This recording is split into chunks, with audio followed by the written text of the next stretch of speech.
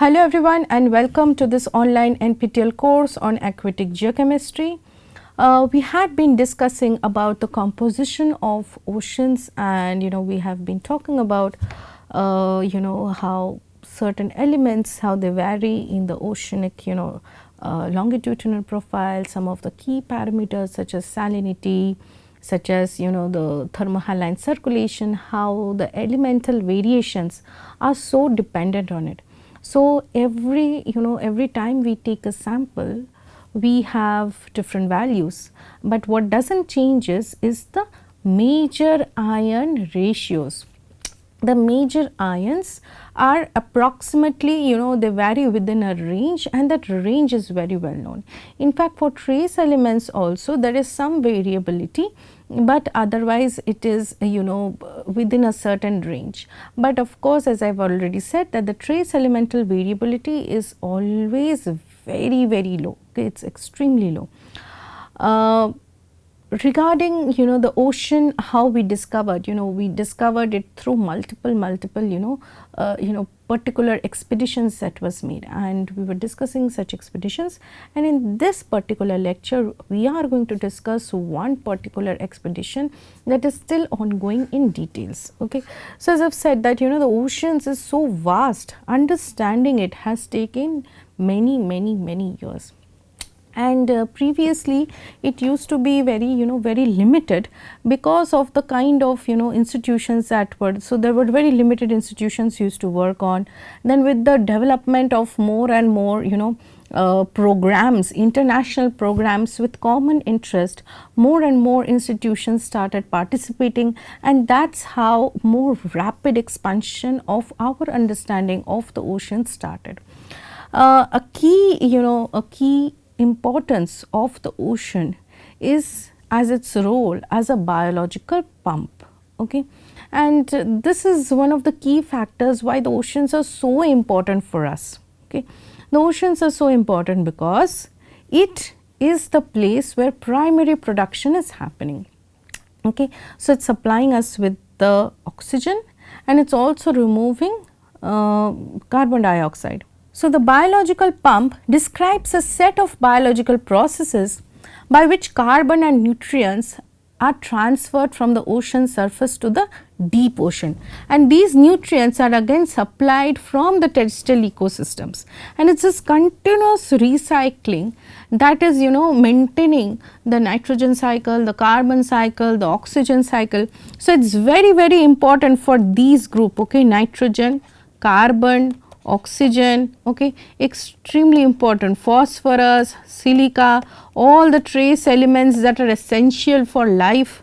So, it is this biological processes that is continuously modifying it and exchanging it with the different regions. Now, why is it so important? Now, its importance is mainly in terms of its carbon capture. Okay, what happens is, so as you all know, as I have already discussed this before, oceans are a major sink of carbon dioxide, and when I say that the oceans are a carbon sink, we discussed about the important important equation where carbon dioxide dissolves in the ocean to form carbonic acid. That carbonic acid again breaks down to form bicarbonate ion, which gives the alkalinity, the DIC, the dissolved inorganic carbon is actually this bicarbonate ion. Now, all the organisms, okay, which depend on carbonates, okay, for variety of purposes, either for life purposes or mostly it is used for its skeletal development, for the shells, for its skeletal development. So, this bicarbonates is used up to prepare these biominerals. So, what are these biominerals? It is mostly calcite and the skeletal minerals. So, this carbon dioxide therefore gets transferred, or it is remade into minerals, biominerals, because calcite and aragonite and all these minerals, they are immobilized into the skeletal of these organisms. So, it is now from gas state in the atmosphere, it gets it gets now immobilized as solid particles in an organism. Okay. So, it gets removed. What happens then is a majority of this, not only as biominerals, carbon also gets transferred as carbohydrates, lipids. So, they are all bioorganic matter. So, they are all in the form of organic matter. So, this capture of carbon dioxide and its assimilation and change into some kind of organic matter is happening. So, it gets removed in the form of carbon dioxide, and this organic matter, a part of that organic matter again gets recycled back through decay, and it can get released back as carbon dioxide. So, part of that organic matter gets decayed and recycled back, but a significant amount of that organic matter sinks down, sinks down, and is it is just changed from one form to other. So, this undecayed organic matter, they are again passed down through the food chain. So, as fecal pellets, as small particles. So, you must be knowing these terms called bottom feeders, and so these kinds of immobile organisms, they absorb these organic matter again. So, it can be in different forms. Okay, it can be in different kinds of biomolecules or fecal pellets or some other dead decaying organic matter that falls down across the depth of the ocean. And when this is falling down, this is again used as a food for some other organism. So, the zooplankton, some other organisms, they are again feeding on these kind of particles. Again it gets transferred from the organic matter to the bodies of these organisms. Now, overall it is just passing on from the atmosphere to the surface ocean, now to the deep ocean. And when these organisms, they decay, okay, they again settle at the bottom of the ocean. So, they get again remineralized, the carbonates again form calcites. So, it is the continuous it is this immobilization of the atmospheric carbon dioxide from the atmosphere to the surface ocean to the bottom of the ocean, and its final as a final sink into sedimentary rocks is what is called the carbon sink, the net carbon sink. And this is called pump. Why is it called a pump? Because it is as if the surface ocean is pumping carbon dioxide into the deeper ocean. Okay. Now, understand this, that the rate is varying. Okay, the rate of this pumping varies across the ocean. So, in this figure where the ocean is shown, here the primary productivity of the ocean is shown along with its comparison with the terrestrial system. So, all the continents are shown and all the ocean mass is entirely shown. And in the color axis, the net primary production levels are given in terms of carbon. So, how much grams of carbon per square meter per square year, so per square meter per year is getting utilized. Okay. So, that shows how much carbon is being uptaken in these different regions. As you can see that near the the blue and the purple colors, they are the lower values, while the more orange, red values, they are the more higher high productivity. What you will notice is that regions which are close to the coastal areas, okay, so these areas, these areas, these areas, these areas, these regions. So, the higher latitudes in general, okay, the higher the these mid latitudes, the temperate latitudes, that is between 30 degree to 60 degree north and 30 degree south to 60 degree south, there are very big patches which has very high productivity. Okay. So, it has high productivity. So, this green zone, Okay. And where is high?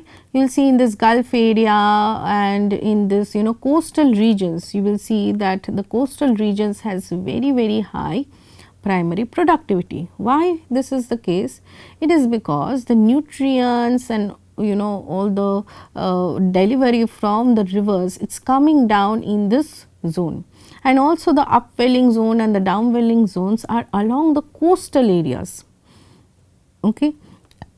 And in this zone, the 30 degrees north to 60 degree north and 30 degree south to 60 degree south, there is formation of a lot of current formations, which allows mixing of different currents, and these currents when they mix, the upwelling zones, they have a lot of nutrients that is being brought up from the surface, from the deep zones. So when the surface ocean becomes rich in nutrients, then the primary productivity increases, because the primary productivity not only depends on the nutrients, but also depends a lot on the sunlight, penetration of sunlight into the ocean. So wherever there is nutrient available, wherever there is proper sunlight available, where the temperature is moderate, their primary production is at its maximum. So we need to take into account a lot of parameters. It's not only that there has to be a lot of sunlight only then. So as you can see in the equatorial region, which has most sunlight, there the primary production is not as high. Because why? Because there is not as much supply of nutrients there. Maybe the amount of upwelling downwelling zones are not as high. The mixing of currents is mostly lateral. The equatorial currents, they are mostly lateral. So there is not a mixing of currents that brings a lot of nutrients to the surface ocean. The surface ocean is where maximum productivity is happening. So the surface ocean has to be rich in nutrients. So nutrients either is coming from the river supplies and the submarine groundwater systems, and also from the coastal coastal erosion, whatever is happening, and also the sunlight. And what is also important to note is the bathymetry of the ocean. Okay. Because if in the equatorial region, where there is not a lot of land mass, as you can see, what happens is the depth of the ocean becomes very high. So if the ocean is very deep, then the surface of the ocean is very limited. Now when there is land masses, when there are land masses, that happens is there is a continental slope, there is a continental rise, there is there are changes in bathymetry. When there are changes in bathymetry, different species start inhabiting these different zones. Okay. So they get a foundation, because most of the species, they cannot live very deep into the ocean because of the water pressure. So they are going to be mostly around the coastal regions, where they are going to have that kind of bathymetry that allows more productivity to happen, more food is available for the the different food, the animals along the food web. So these are the regions where high primary productivity is noted. And what is important to note for the biological pump is that it regulates the atmospheric carbon dioxide by acting as a net sink. Okay. Not only for carbon dioxide, for nutrient cycling also, it is very important. So this biological pump is like pumping of nitrogen, carbon, other elements which is related to organic activity from the surface ocean to the depths of the ocean, and this again manages the geochemical cycling of the elements across the globe. Okay. And it also couples a lot of the biological and ocean chemistry.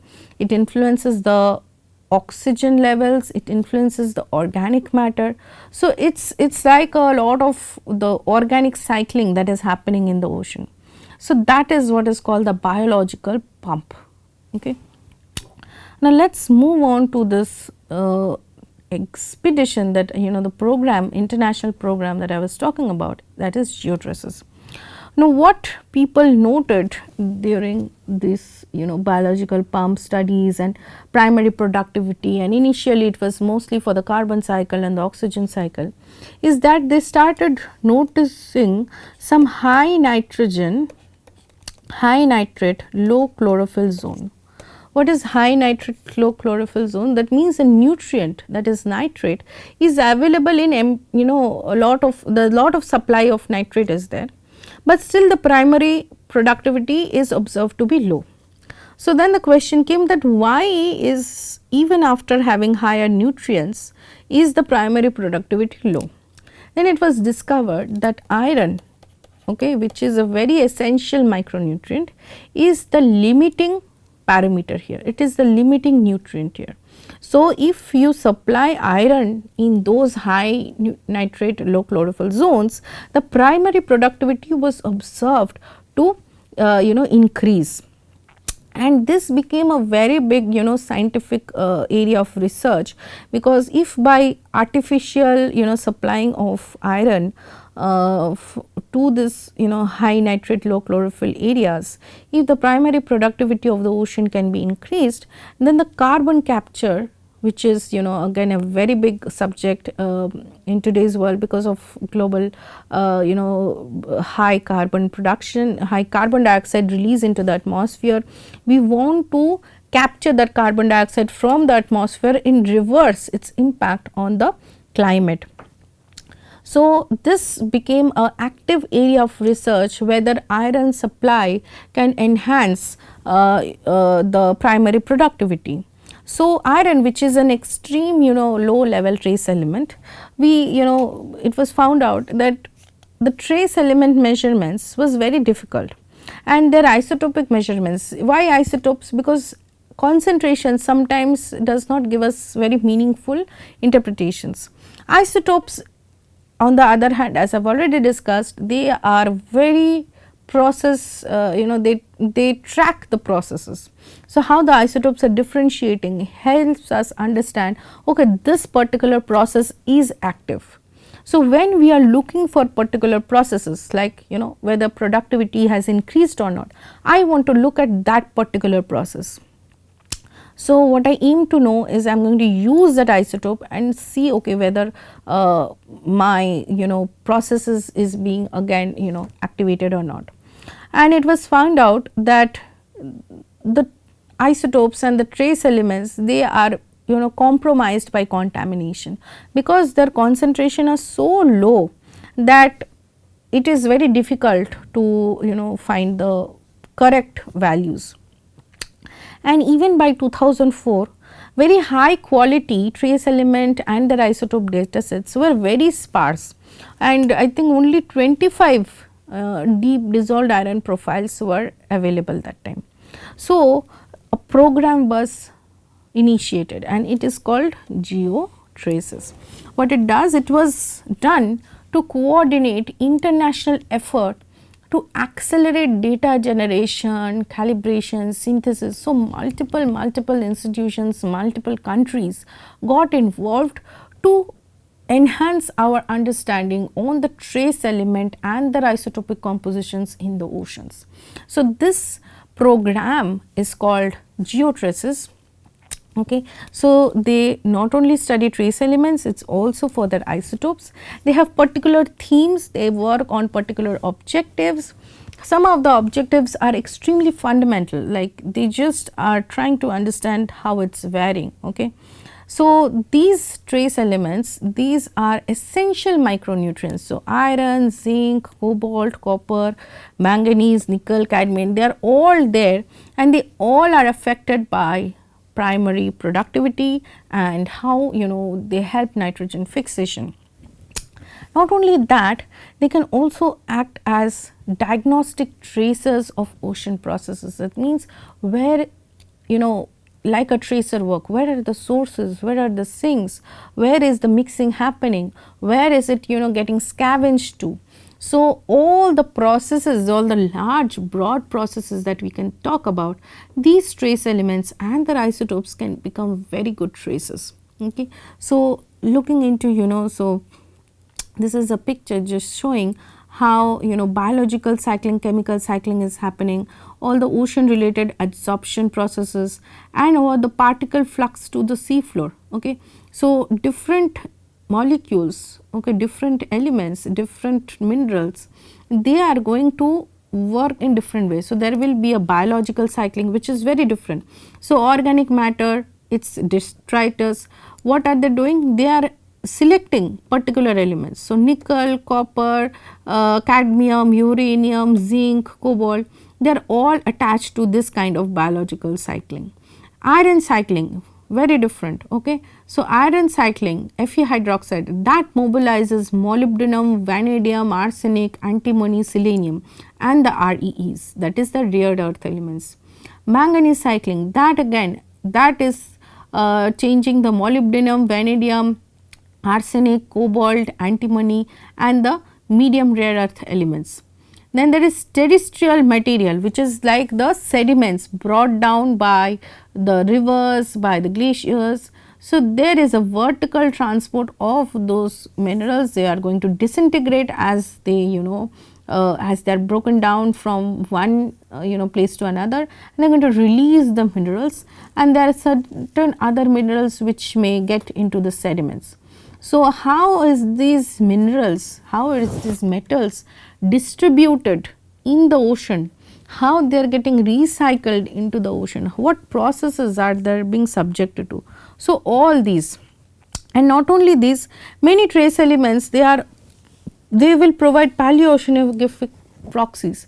So, certain elements which has long residence times, for instance zinc, which has a long residence time in the ocean, they can be used as a paleo proxy. Okay. They can help us understand from the sediment records what is the historical circulation, what was the historical productivity, about the carbon cycle, links with the carbon cycle.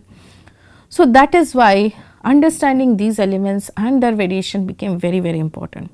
Some other trace elements are also anthropogenic contaminants. For example, lead, mercury, their distribution in the ocean is connected with completely different anthropogenic contamination. So, how they are how they are distributed in the ocean, that again shows the impact of anthropogenic contamination. So, this is an official mission that is that was started to identify the processes and quantify the fluxes that control the distributions of key trace elements and their isotopes in the ocean, to establish the sensitivity of these distributions to changing environmental conditions. So, not only to understand, but how sensitive are they to the changing environmental conditions, that is what will happen if there is more warming, what will happen if there is more sea level rise, what will happen if the nitrate supply gets changed, if there is any artificial Fe supply from the from anthropogenic sources. So, different kinds of experiments are done to see how it will change, and they have different themes. So, the first theme that is the source and sinks of trace elements at their isotopes at the ocean interfaces. What are the ocean interfaces? Firstly, from the land to the ocean, okay, as a runoff whatever is going. Then in the as along the bathymetry. So, there is sediment deposition, sediment remobilization along the continental shelf, along the continental slope, and in the depths of the ocean, how it is getting how the processes are occurring in the different zones, specifically at the water and the sediment interface. So, that they are saying. Then atmosphere and ocean. So, from the atmosphere, how much dust is getting settled and how much dust is carrying different elements into the ocean, that is there. Then ridges, hydrothermal vents, ocean ridges, had this interface, what kind of processes are happening, what elements are coming in, what elements are again sinking, that is there. So, that is a particular theme. Another theme is the internal cycling. So, once it is there in the ocean, how is it, what kind of processes are changing the values. So, mostly it will be biologically mediated. So, there can be different kinds of organisms that will uptake the regeneration, the burial, the recycling, that is circulation, all this, and finally up to the diagenesis, how that is changing the different kinds of elements, and not only elements, their isotopic composition, that is also very important. And the third theme is if any of them can be used as a paleo proxy. So, if nitrogen is our element, how nitrogen is suitable to be used as a paleo proxy, what kind of processes we need to be cognizant of that may act as a pitfall in our understanding of using nitrogen as a paleo proxy tracer. So, very thematic, very particular questions are raised, and multiple groups are created, and they work on different regions, they work on different problems. Okay. For example, a particular example is this, and this we started understanding after the Geotraces program, and that is that the trace element isotopes, their variation cannot be treated all in a similar class. They are all dependent on their residence time, and all is dependent on the processes that that is changing their value. So, the residence time and the processes, they all matter in the variabilities. And nutrients, they show the classical biological uptake at the surface. It shows regeneration at depth, that means it is recycling at depth, and there is a circulation imprint on them. So, when we look into this is a section, this is the data from this Atlantic Ocean, and this is the meridional section meaning across the ocean how it is varying. Okay. So, this is the meridional section down the length of the Atlantic, and the data how they do it is they manage, they try to take multiple locations, they are taking the samples as you can see from the dots, and these dots they are as you can see from here also, they have multiple sections of data, and they are going to merge the data, and then they are going to create these kind of sections, okay, sections showing how they are varying, and this is the black zone, black lines as you can see like hills and all. This is the bathymetry.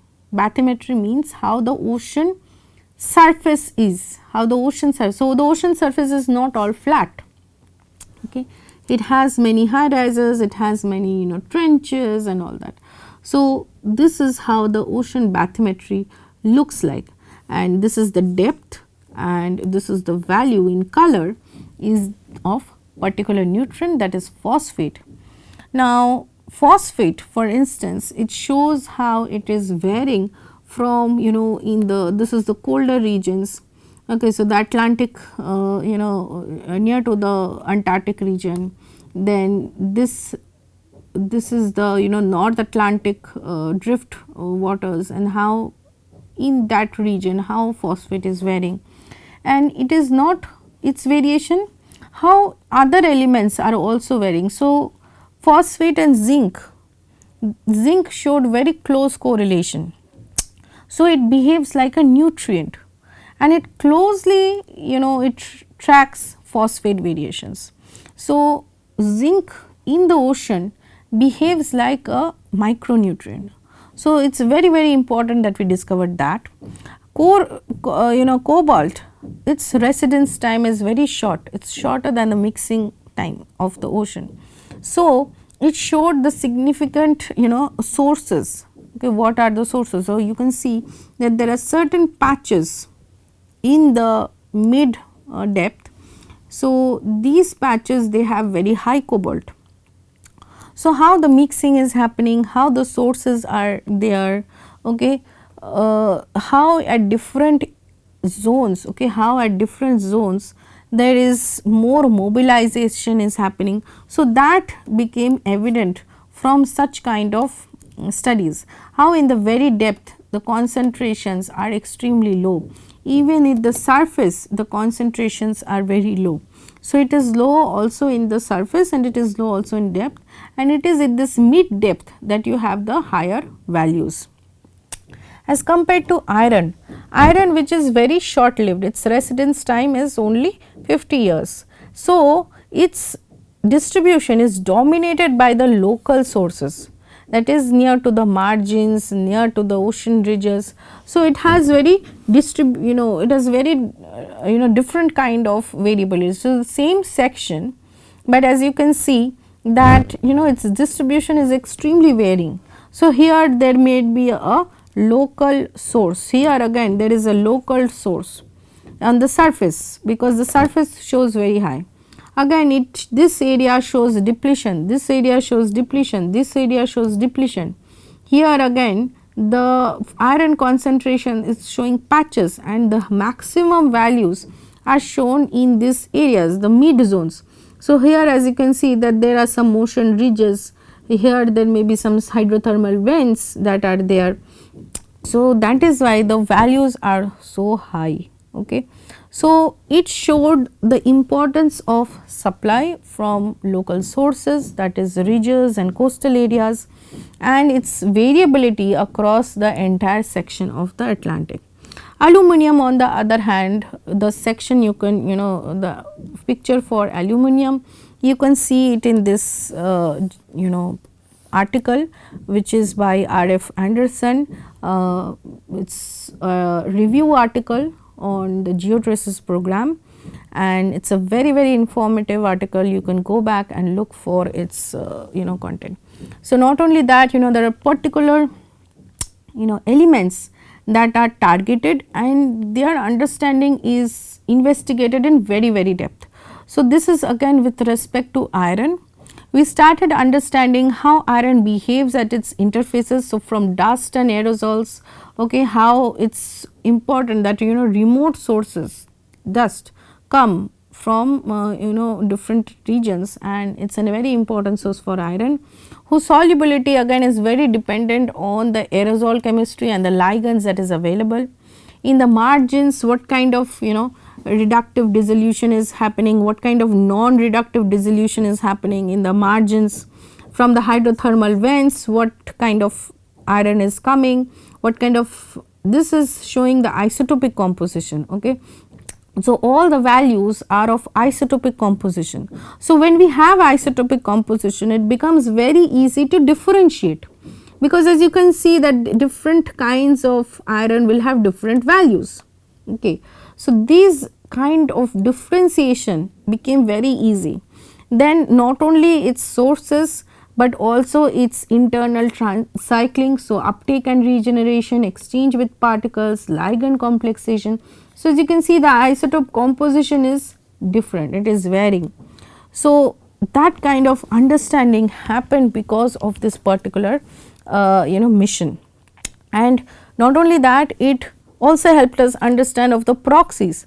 So, how the modern cycles are related to improve the paleo proxy understanding, how delta 15N of nitrate acts as a tracer of nitrogen utilization and fixation patterns across the ocean, how 231 palladium by 230 thorium ratio can show the scavenging variability and help us understanding of the water mass age, what is the complication there, how proxy is going to be used, what things we need to be aware of when we use such kind of calculations.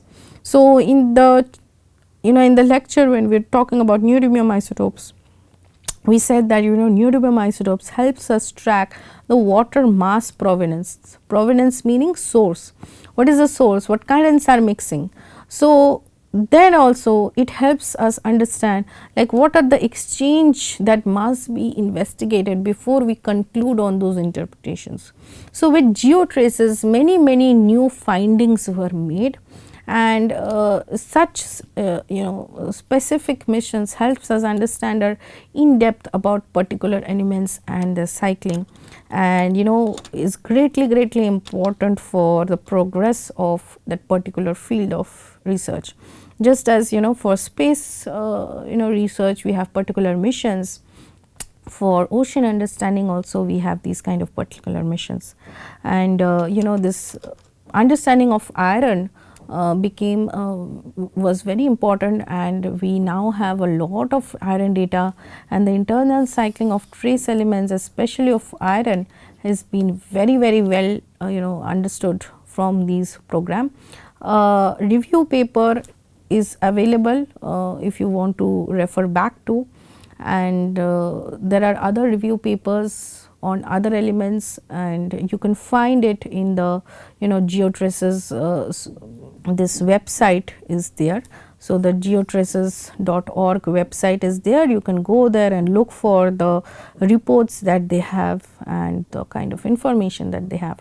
So, with this I have helped you to understand the variability of oceanic composition, how it is so much related to different kinds of processes, how it helps us understand the paleo temperature, paleo ocean processes, and it is very complex. It is not something that we can just memorize by heart and say. It is always changing. New discoveries are being made every day, and it is a very rapidly evolving area of research.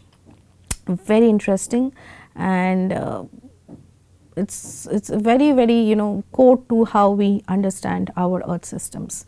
So, oceanography that way is extremely challenging and extremely therefore rewarding as well.